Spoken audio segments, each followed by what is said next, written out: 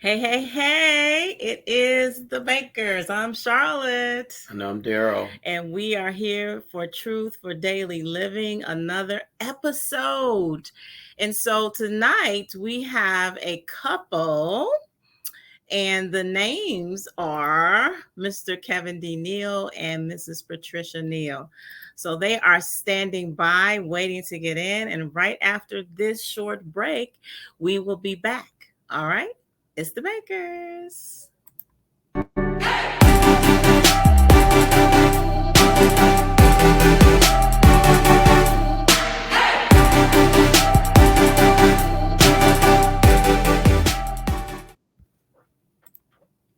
All right, we are ready to meet our guests this evening. They are here. Mr. and Mrs. Neal, how are you?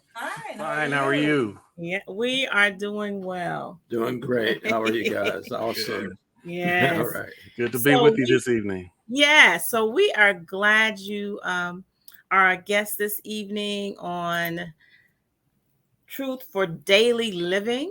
And our topic, I think, is a really important topic, something that's dear to my heart. And that's about what? The importance of imagination. That's the kind of topic, based on what we talked about, I think kind of will sum up your story and what we're going to talk about tonight and how important it is to use your imagination. What do you think about that? That's wonderful. I think that's something great to start out with. Yes. So we want to first start with you introducing yourself, and then your wife can do the same, and then we'll kind of go from there. Okay. My name is Kevin Neal again, and I am a author, a leadership and life coach, and also a leadership trainer and presenter. I'm a keynote speaker as well. So we are married, been married for 41 years. Woohoo! Wow. Yes. Awesome. This is Great. my wife. I'll let her introduce herself. Yeah. So my name is Patricia, and I've been retired from teaching English as a second language for about 5 years. Congrats. And I'm a little tired of being retired. How about that? A little. So I went back to teaching this year. Okay. Just started back, and so Part-time, of course. Part-time. Yeah. Okay. I am back. Great. So we talked about a number of things when we talked with your husband, but let's start first of all. Your husband, you probably will agree, you can let me know, he loves learning. Yeah. When you look at all the degrees, the letters behind his name, I like to give people their props, because everybody doesn't do it. So I'm not going to slide by. Some people are like, I don't want to talk about. No, we're going to give you your props because you deserve it. So you have a BA, a BS, a MA, and you also are a doctoral candidate. So is your life busy or what? It's very busy, very busy. not to mention I have a full-time job as well as starting my business and getting it up off the ground. It's tough. Wow. So, well, let's start with that before we get to the other question then. How do you balance all of those things together? Wife, business, work? It's difficult. And Education. my wife will tell you probably so as well. That it's difficult because a lot of times she's on me about spending more time with her and that kind of thing. And of course, I understand that family comes first, and no matter what else, and that includes ministry, that includes school, that includes everything. Family comes first, and so I try to make sure that I don't exclude her from the things that I'm doing, and try to talk to her about. Just give me a little time to do this. Give me a little time to do that, and I'll make it up to you. So I try to make sure that she knows that she's number one in my life, that I love her, and that no matter what else comes or goes, it's all about us. Yes. So why did you choose education as being and why is it so important to you? What is it that you're attempting to accomplish, with all of the degrees that you have, and also the extensive experience that you have already? So what is the main goal as far as your education? Well, like your wife mentioned earlier, I do like learning, and honestly, um, it came at a later point in my life where I Mhm. really understood how much I enjoyed learning. Okay. Of course, I when I went to school earlier in my life, I enjoyed it, but then things come up. You end up uh, having the stress and struggles of life, and you kind of put it down. But then when I decided that I wanted to go back to school, and I made it a point that I was going to stick to it. I Mhm. started studying and doing research, and I said, "Wow, I really like this, and I'm actually kind of good at it, you know." Mhm. And so that's where I've been, and Okay. Okay. you know, Okay. not and I'm not going to just go off the rails with my learning, of course, but I do believe that we all should have a growth mindset, That's in right. whatever field that we are in. We ought to want to grow. Mhm. Yes. So Okay. Miss Neil, what was your passion or your drive to want to be a teacher? I mean, you retired from teaching. What was Mhm. your drive for that? I'm just Well, curious. that started a long time ago. When I was younger, I always liked art. I wanted to be an art teacher, Mm-hmm. Okay. but art is not always a field that you can just get into and really make money from. So my Mm-hmm. mother encouraged me just to go into education. She said, well, just become an art teacher instead of, my dream was to go to New York and draw. That was my dream. Mm-hmm. But I was kind of set on another path. And I actually was not an art teacher. I just became an elementary teacher, which I loved. But the Mm-hmm. only thing about that, I always felt like I wanted to make time for my family as well as encouraging other people's family. My Mm-hmm. family had to come first. And that's the thing that, we often talk about Mhm. with his learning and me doing what I'm doing. We have to remember that even though our children are grown, our family has to come first. And whatever that entails us, that includes our children and our grandchildren, making Mm-hmm. sure that in all of our doing, that we make time for our family as well, because Mhm. family is first and foremost. I really feel like, whatever else we do, that's first. That'll always be there. That's great. So obviously you like teaching or enjoyed teaching because you went back to it on a part-time basis as well, right?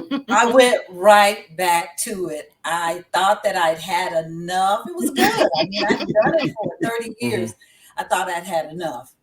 But after being out for 5 years and then COVID hit, I don't know if you know our story that we here in South Carolina, that we moved here. But we moved here. I had plans once I retired to always teach. I was going to teach until I died. I mean, that's what Mm-hmm. I'm going to Mhm. do. and But and she's gifted at that. She's a gifted teacher, and when you're working in your gift, it's easy and it's something that you That's feel. true. Uh, you know, oh, yeah, I've heard the saying that if you work in your gift, you'll never have to work a day in your life. That's Yes, right. I believe Right. that. I Yeah. believe So that. that's your fulfillment basically. yes, So you're that working in really the is fun. areas. Hmm. Hmm. Oh, that's good. So, That's great. yeah. And I'm sure that many students have been able to benefit from your gift as well, Mm-hmm. being in the school system for a number of years, and then making those developing those relationships as well. Because Yes, yes. when you're able to touch the heart of a child Hmm. and they learn from you, that basically leaves a lasting impression upon you as well, That's and And true. it really desire and then it really pulls on that gift, and then you want to give more of it because someone is putting a demand on that as well, mm-hmm, correct? Hmm. mm-hmm. That's Yeah. good. That's good. It's fulfilling. It's fulfilling. Hmm. Uh-huh. Now, although you had the specific careers, now we want to talk about business. So I know your husband has business. Do you have any entrepreneurial things that you have on the horizon or you're doing? Well, I am a certified life coach. I became certified about Great. 10 years ago. It's been about 10 years now. Okay. Hmm. Um, so I do coach, and I have Okay. coached teachers. And I've actually coached students as well, a couple of students. When parents found out that I was a life coach, they asked me to not only tutor, but try to, to coach their child as well. So that is not, I don't have it set aside as a separate business, but it's something that I do. And I will tell people that, I am available if they need it. Great. Okay. Mm-hmm. So tell us, Mr. Kevin, about your, get more into what you do with your training, life, and leadership coaching. Okay. Well, I believe that my focus and my calling is to bring people to an understanding of who they are, their story, to be able to write, live, and lead through their story so they can become better leaders, better entrepreneurs, better people, and better teams. Because I think that once we learn how to, number one, lead ourselves, we can become better leaders and better communicators and help others within our own circle. I think the number one thing is if we can get down learning how to lead ourselves, that is a major step in our leadership development. Because, many people don't know how to lead themselves because they've never tried. And one thing about leading yourself, you know what types of excuses you have. So you can't really bring excuses to yourself because you know your excuses and you know where they're valid or not valid. So once you learn how to lead yourself, then you can start to lead others. And we're all leaders in some respect. Yeah. So have you both at any point decided to work together on any particular business venture at all? Since she's a life coach and you're a coach, have you worked together in that capacity, like business specific? Well, I've been trying to pull her into the business. She's been a little hesitant, a little resistant, but okay. Hopefully we can get her working together in this business. Yeah, I asked if he was going to pay me. Ah. I'm going to get paid for working in his business. Otherwise, I'll do it as something that just comes naturally as opposed to having to have to do it. Yeah. Well, we know all the money goes into the same pot, so it really doesn't matter.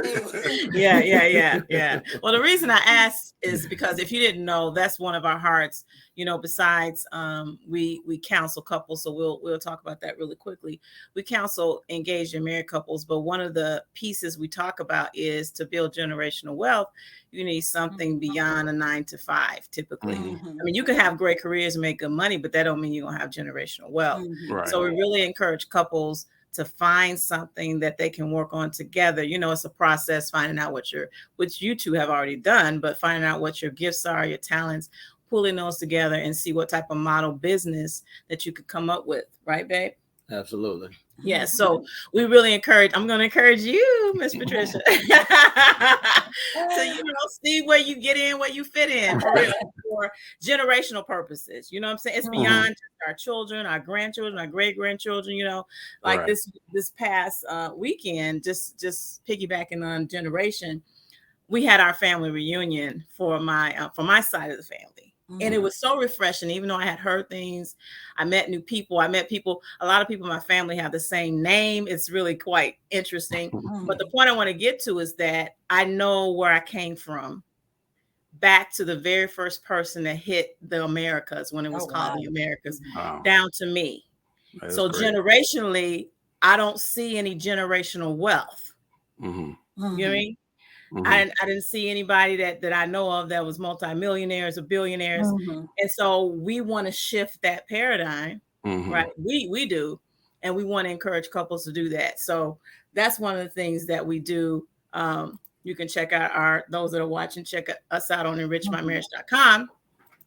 And we'll talk a little bit more about the cohort we're going to be doing. But I think it's important for couples. It's not just, as I'm sure you know, after 40 plus years, we commend you.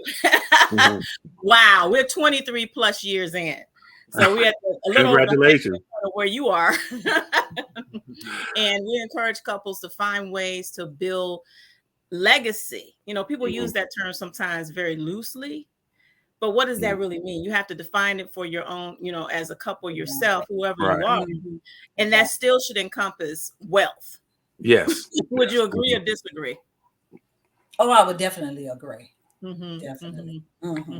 Yeah, and also I think that we have to define success depending upon who we are, because just because you have a lot of money, or just because you have a large business or what have you, that does not necessarily mean you have success. I have a quote, and I quote it on my Facebook, and I said that success without significance is self-delusion, or something to that effect. Because we can think that we have success, but if it's not significant, if we have no significance in our lives and the lives of the others around us, it means nothing. That's true. That's right. That's right. One of the things I would like to share and just kind of point out, and just by the observation and hearing what you guys have experienced, you already have the model in place as far as the partnership. And so you go from, the marriage partnership to a business partnership. If you've been married for 40 years, so you have been through some trials, some situations, some ups and downs, and some successes, right? Then you have learned how to work through, navigate, and work together.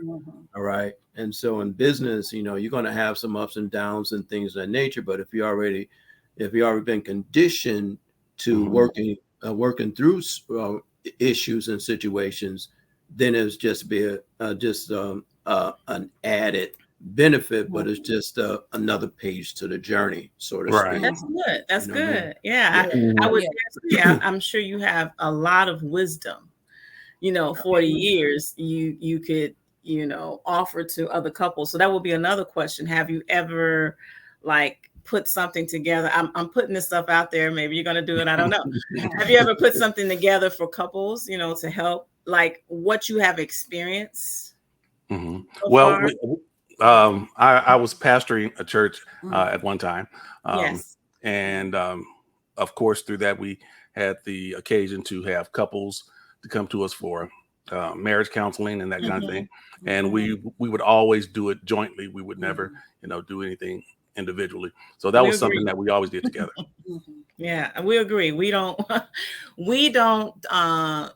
counsel separately. The only time we would is that we're in two separate rooms and the wife needs to talk to me about something for a moment, and so we're on a Zoom and he needs, but otherwise we're together. We don't give any appearance of issues, especially since couples are coming to you with issues. We're not trying to create anymore. Anyway, right? So another thing I want to jump to is the main topic of this podcast is the importance of imagination. So that takes us to your book.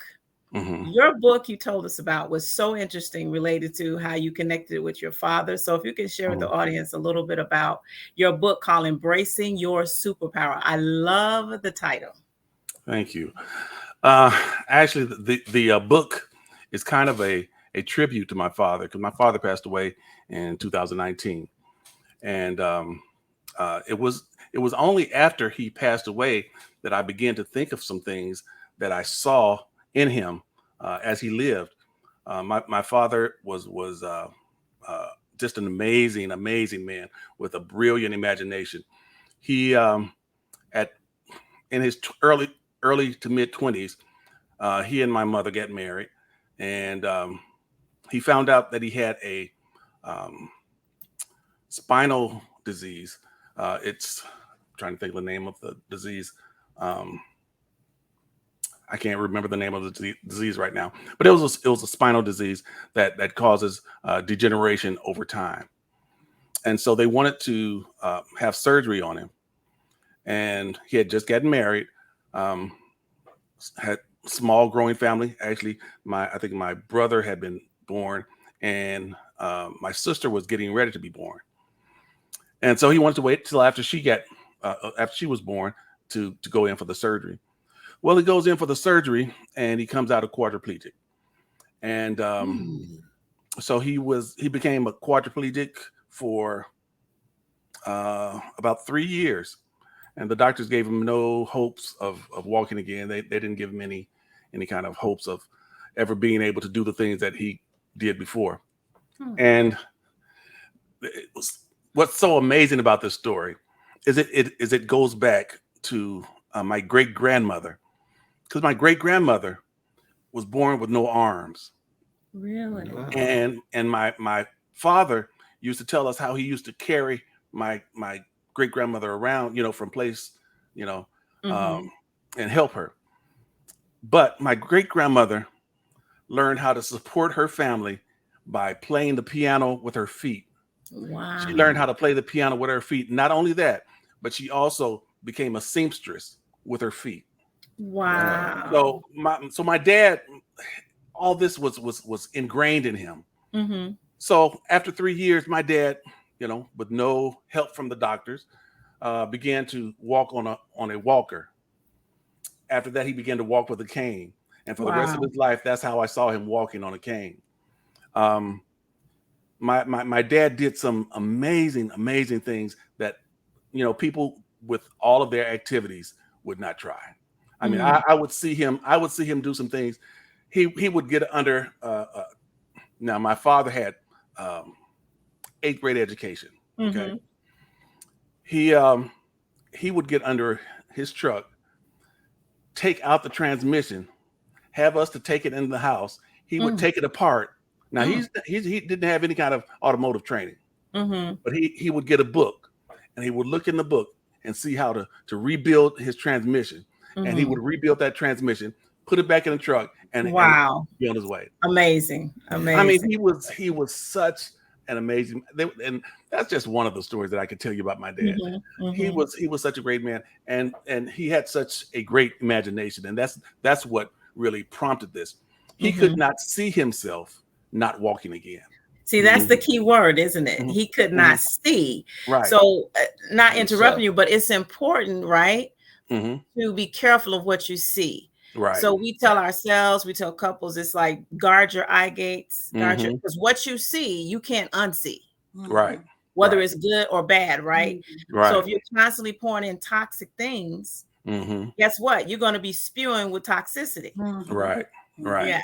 So you have to be so careful. So because he could see hmm himself not laying in the bed the rest of his life, That was it. he got exactly what he saw. And that just Mhm. amazes me, which is his imagination. He could see, he was looking beyond his current circumstances, Right. which is what we call what in Christendom, Faith. faith. Mhm. That's right. Right, That's right. right. That's amazing. Could you tell us really quickly? You told us a story about the carport.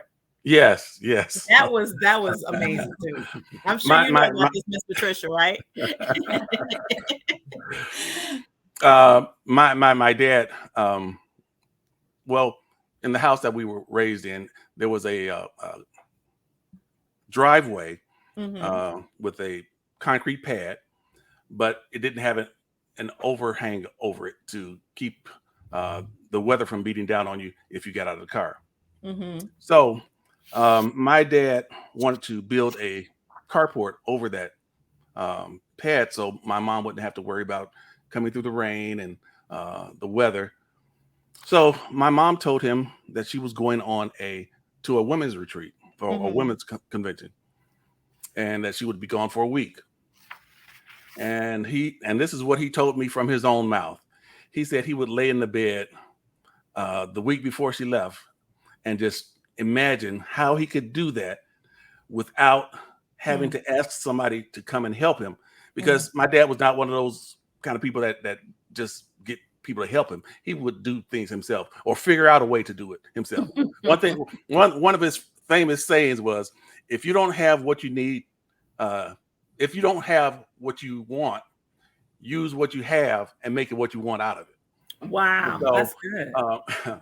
he thought about laying in bed just at night, thinking about how could I do this without getting somebody to help me to do it. And so he thought about it until he finally came up with a solution. My mom goes away for a week. By the time my mom comes back, he has a carport built over that concrete pad. And he knew that if he had told her that he was going to do that, she wouldn't have Right. allowed him to do it. But he waited till she went away for a week and built that Wow. overhang. And so Wow. I'm still amazed at the things that he's done.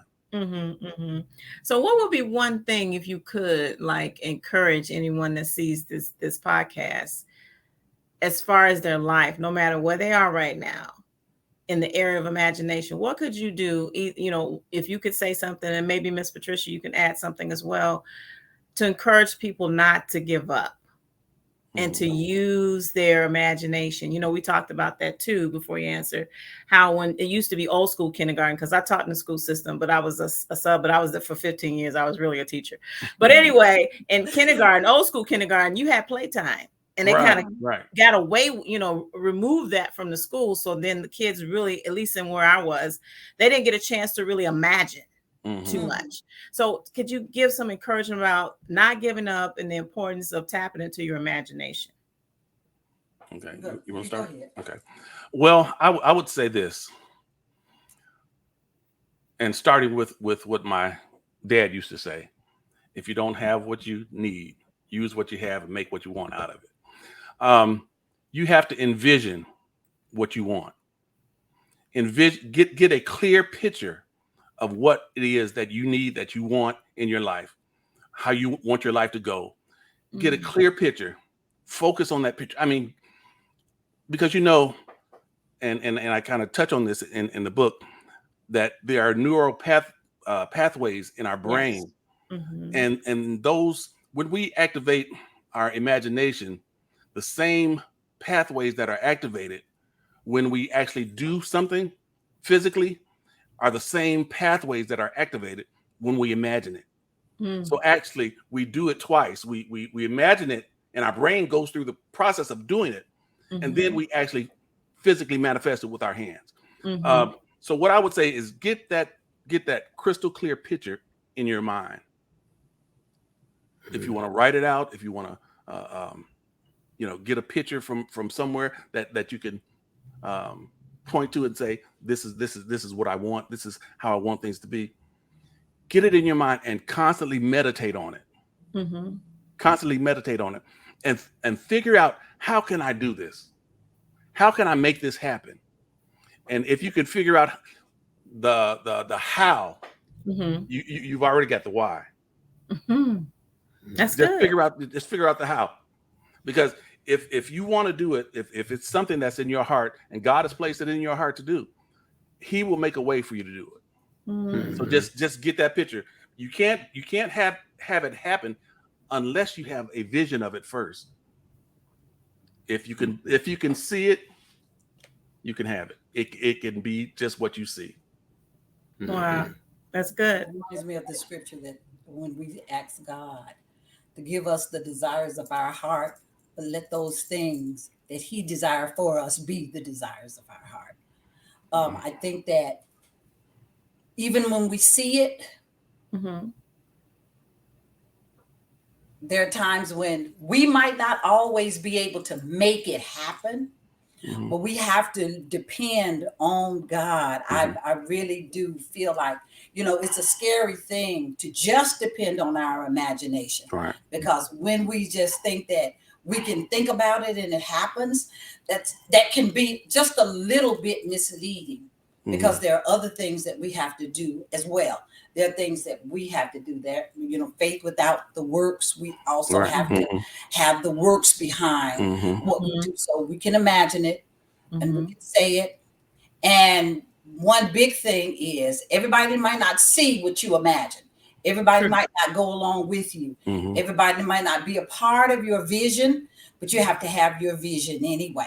But make sure that vision is something that God has given you, because it can be very misleading, and you don't want to take the wrong paths in life, or you don't want to misstep or do anything that you're not supposed to be doing at the time. But just make sure that you depend on God, trust in God with all your heart. Don't lean to your own understanding. In all your ways, you have to acknowledge Him and let Him direct your path, even with your imagination. So you imagine that thing, you go out and work on it, because faith without works is absolutely dead. Absolutely dead. Yeah. You want to add something? You want to add something? No, that's good. No, that's good. That's absolutely, because I believe that you do have to. I guess I do want to answer. Yeah, you do. I believe it's important I believe it's important to have a balance because you Mhm. know even God's word says an unbalanced weight is an abomination unto Him, and so we need to learn how to balance the natural with the supernatural, Mhm. the Exactly. spiritual with the natural as well.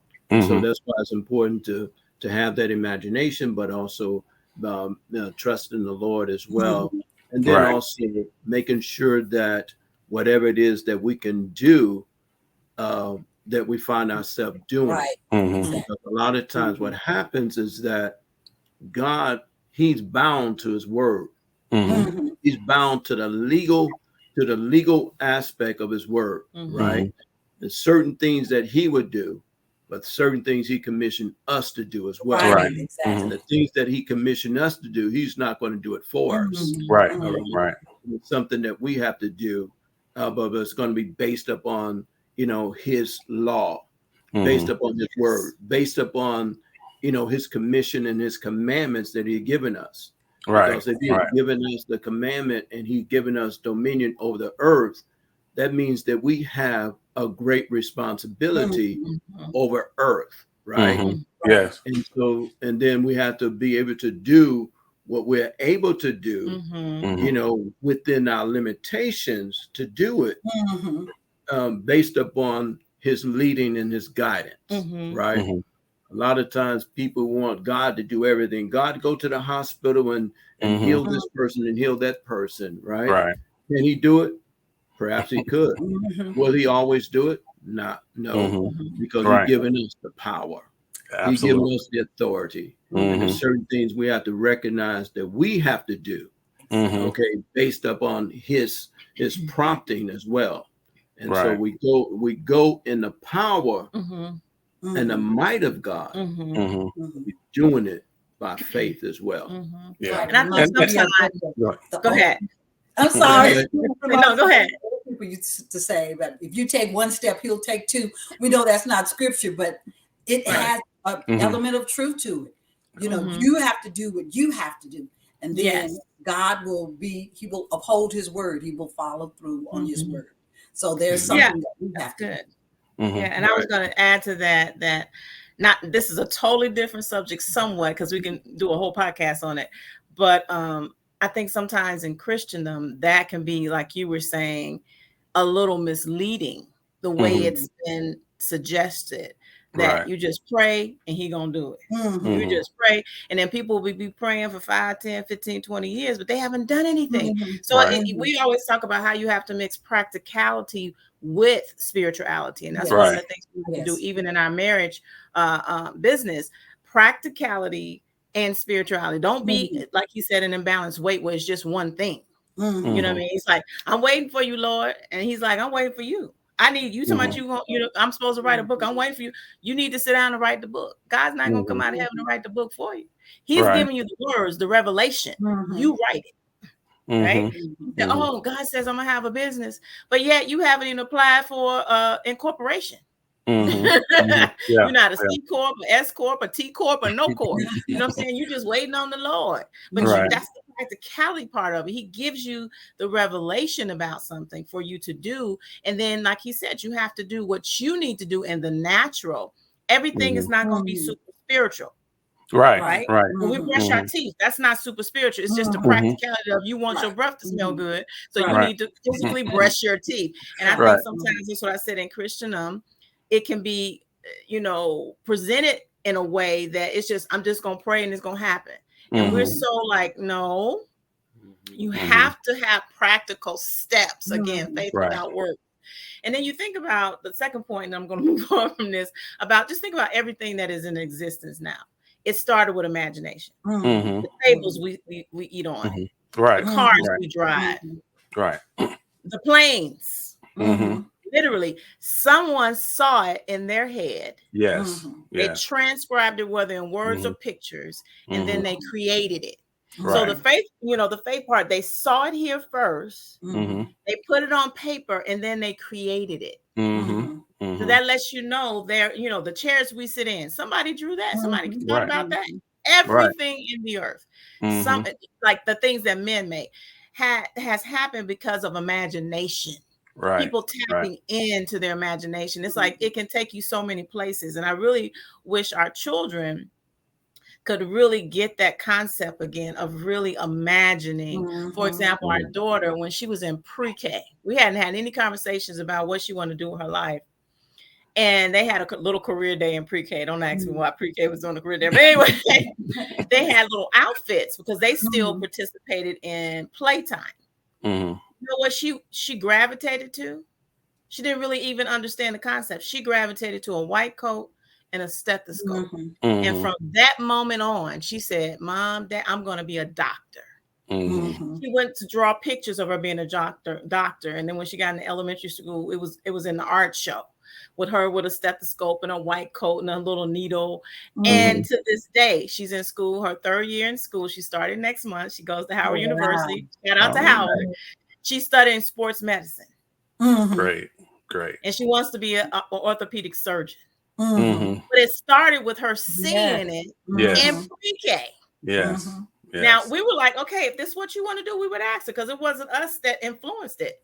I truly believe it was the Lord, because we used to always pray, Lord, let her be, be excellent in science and math. We didn't even know, really what it was going to, but she was, and she is, because you need those kind of, academics to be in the medical field. But my point is, she saw it. Yes. So I would say to the audience, whoever sees this, what do you see? Right. You need to really ponder that question. What are you seeing for your life? Because we are real advocates about destiny. I wrote a book a few years back called Destiny Takes Time. Anybody can catch that on Amazon if you like. And the whole point of it was, in my 20s, I was like, this can't be it. Because what I was seeing, I'm like, this is it for life. That's it. It was like I felt so unfulfilled because I wasn't really seeing anything. I didn't see myself. You need to see yourself. And if some people, I'm sure you've seen this in your years together and just in life, that some people just go around life existing. Yeah. What do you have to tell people like that? Don't just exist. You have a certain amount of time in the world. This is a certain dispensation of time that God sold you into this world. People can say whether you believe in God or not. Listen, God is the one that sold you into the earth. You can, whether you believe or not, that's what happened. He sold you into the earth for a reason. Yes. What are you doing with your time, with your life, that can impact others? No, everybody's not going to be a president. No, everybody's not going to be a senator. But whatever influence you are supposed to have, are you operating in it? I can preach this for me. That's it. And just for clarification, when she said God has sold you into the earth, she's saying SOWED, not sold. Right. SOLD. Right. Okay, just for clarification. Thank you. For those For that people are who are listening. listening, Okay. Yeah. All right. Okay. Yeah. Go ahead. I kind of wanted to add on to that as well. When we're talking about imagination and faith and prayer and all that, Dr. Miles Monroe had a saying. He said that when a purpose of a thing is unknown, abuse is inevitable. Yes. When the purpose of a thing is unknown, abuse is inevitable. People abuse imagination as well. I mean, just because, yes, imagination is a wonderful gift. But just as people use other gifts to do evil or to put upon themselves, as the Bible says, filthy lucre. They do those things outside of what God wants, but there is an intended purpose for imagination. There's an intent to make life better for us and those around us, and to make this world a better place, and to be all the glory that God intended for it to be. And when we use it for that, yes, things will fall in line, things will happen. But when we use it for other things, the devil will take control of that imagination, that gift, whatever it is, and use it for his purpose. So we have to be understanding if we are to use whatever gift God has given us. And he's given us all the gift of imagination. All of us can't sing, all of us can't play, but all of us have the gift of imagination. Yes. That's yes. right. I say to the children all the time is use your imagination to create. that is the gift that God has given us. That's what God used when he said in the beginning, let there be, and he created. That God is all imaginative. He is the creator of everything. And so we use our imagination to create. Now, what can you create? As simple as drawing a picture, can you do that? Can you create that? Can you go out and pick a bunch of flowers and put them in a vase and make them look pretty? Look what you have created. You've taken other things that were not so, and you brought them to be. So you use your imagination to create. Yes, That's right. and it's definitely a fine line. I know we're not going to keep going with this because we could do a whole podcast about imagination, because the pure side of imagination is always in contention with the not so pure.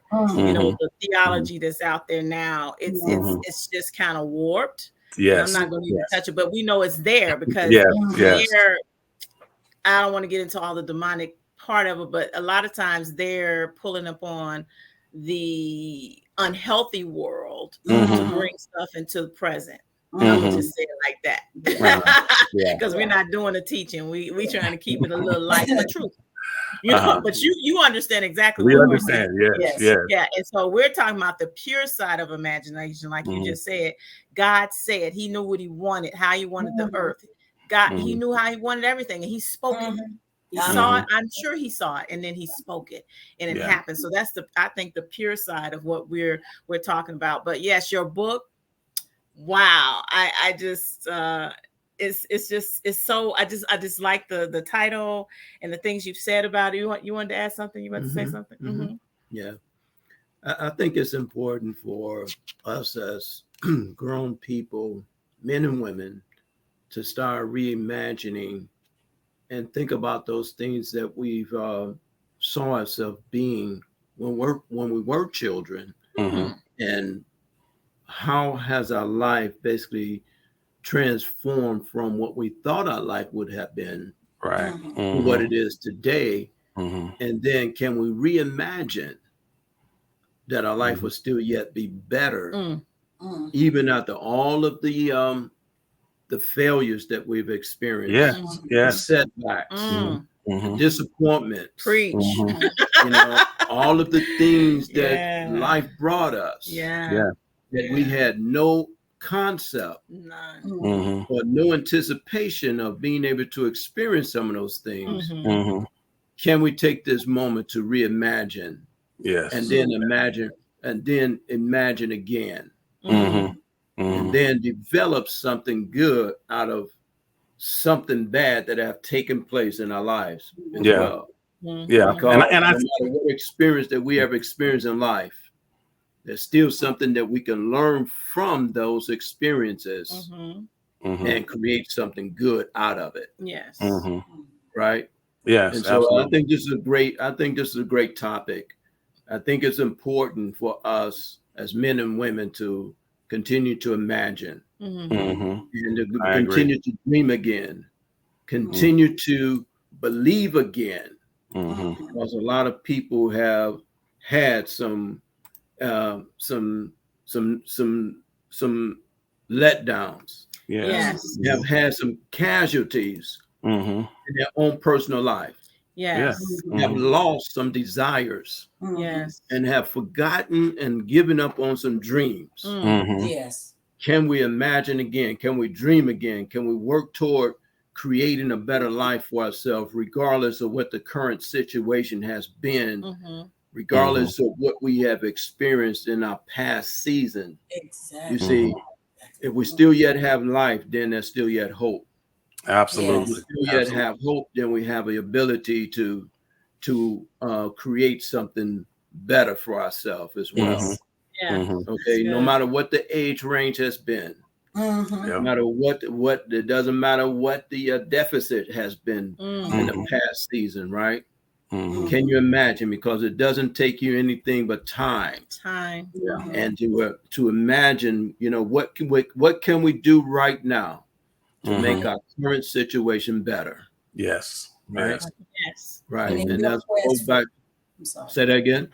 No, I was just going to say it in your quest for reimagining. That's what a leadership and life coach, that's their job, to help you to reimagine. Right. Absolutely. Right. Yes, That's yes. true. That's true. And those of you, and if you Purpose. need some leadership or coaching, Yes. Mhm. reach out to the, the Neils, because they have developed those skill sets. They have the experience, they have the educational aspect of it, and to help you to get on track and to renew your commitment to yourself. Because if you imagine something that you would be years ago and it hasn't happened, make that recommitment to yourself and your family, okay, and to live again. Live Yes. again. I agree. I think it's so important.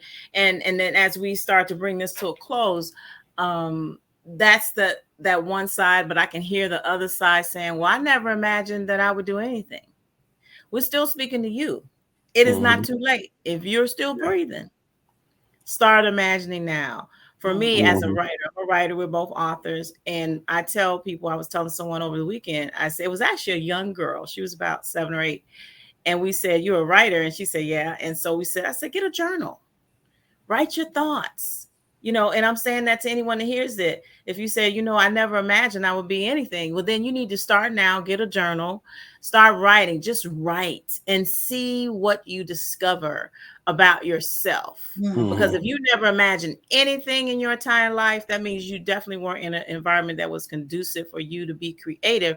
But the past is gone. As I used to hear, I said the old folks in the family say, yesterday is in the tomb, right? It is gone, right? Tomorrow's in the womb. So you still have the opportunity for something to grow, but you got to plant some seeds. So let's write down the stuff first so that it can start germinating and growing, so that if it's in the womb, eventually it's going to birth forth as what? A full vision, a full thing, right? So no more excuses. We don't accept any excuses. I'm sure they don't either. No excuses. You got to be about doing, finding out who you are, discovering who you are is one of the first things. And then to start imagining. Yes. You got to do it. I was like, I don't know how else we can say it. You got to do it. You got to do it. You got to do it. We're here to cheer. We're cheerleading. You got to do it because we truly understand what it means to build, especially when you come from the vein of really including God. Some people don't include God, but we do. We're like, God, what do you want us to do with our life? As a man, as a woman, as a couple. And the things he said, it's like, whoa, whoa, whoa, whoa, whoa, whoa. You want us to do that? But we write it down and we just, continue to pray about it. But it's good to have vision. It's good because it gives you hope. It gives you a purpose. You have something to look forward to. I'm sure you would agree. So as we begin to bring this in, because we could again talk about this, what would be one thing from each of you that you could leave as a positive note for the audience, just encompassing again imagination, anything else? And then I'm going to give some information about you and where we can find you and connect with you both. What would just one thing you could leave with the audience, in addition to what you've already said, that could just encourage them even more about imagining and getting up off that couch and doing something? You may not literally be on the couch, but just get up. Well, mine would be, don't be afraid to create. Don't be afraid to create. I know sometimes I walk around the house and I'm saying, I want to do this and I want to do that. And I can see what it is. He can't always see it, but that's okay that he can't see it. I'm going to bring him along anyway, because I'm going to get it started and he's going to finish it.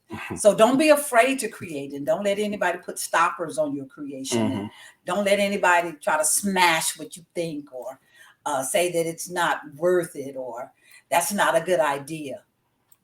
Create, and don't be afraid to recreate. Yes. Great. Amen.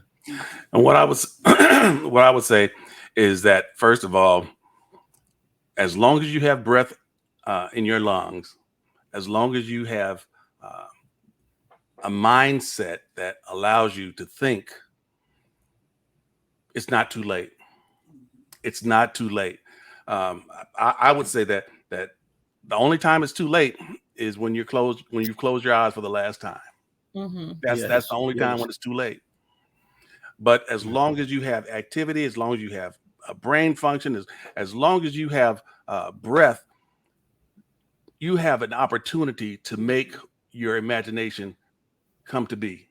You have the opportunity to work on the things that God has placed within you for you to do, for you to create, for you to open up, for you to discover. Because there's so many things out there that have not been discovered. There's so many innovations that have not been made because somebody has not yet cultivated their imagination. But if you can start to cultivate that imagination, and you have to place yourself in the right positions for that imagination to be cultivated. Yes. Give yourself permission to imaginate, to have your imagination to go forth. Give yourself permission. I know we grow up and we hear all the time people put all these things on us about being responsible, paying your bills, doing this and doing that, and we leave imagination out of the mix. But give yourself permission to imagine again. Yes, that's good. Yeah. You have anything you want to add as we wrap this up? Yeah, one of the key things you said is that there's so many things that has not been created because of the imagination have not brought a solution at this point. There's so many issues, so many problems that we're experiencing in our society. So if someone out there that's listening, imagine how you can solve a problem that is in your own community, a problem that's in your own family, a problem that is in our society that needs a solution. That's good. And so problems get solved by imaginations. It gets solved by someone determining and coming up with a solution on how to fix the issue. Yes. Right. Yes. And that is part of having dominion in the earth. Okay. God gives us imagination to fix issues and problems. And the problem cannot be a solution. A problem cannot be solved at the same level that it was created. It has to be solved at a higher level. Yes. So that means the thought process has to be developed at a higher level in order to solve a problem at a lower level. Yes. Right. That's good. That's good. And people have to move past that 4-letter word, fear. Yes. Yes. You got to blow past fear. Wave bye-bye to fear. You have to do it. I'm serious. You have to really be intentional because fear will hold you down. You'll look up again 10, 15, 20 years and went by and you're like, I should have, would have, could have. But fear. Right. So we want to end with let go of the fear. Yeah. Okay. Whenever you see this, let go of the fear. And the only way that you're going to be able to cancel fear is by doing it. Oh my goodness. Yes. Do it. Yeah. Whatever fear is telling you can't do, you won't do, just do it anyway. Just do it. You're afraid to write a book. Right. You're afraid to speak. Get a podcast. Do whatever you are afraid to do. We talk about within reason. So let me put that little plug in there. I'm not jumping off of a cliff. Okay, well let's be practical here. But we're talking about things that you may be afraid to do that sometimes people they just don't take a chance. But we want to thank you both. Oh my goodness, for agreeing to be a part of our podcast. We appreciate you so much. We just met you. And we're hoping to stay in contact. Absolutely, yes. Especially since you guys used to live in our area, Georgia. That's still home.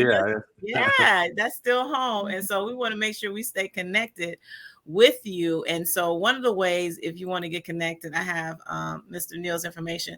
There is his website. You can check that out. What's his website?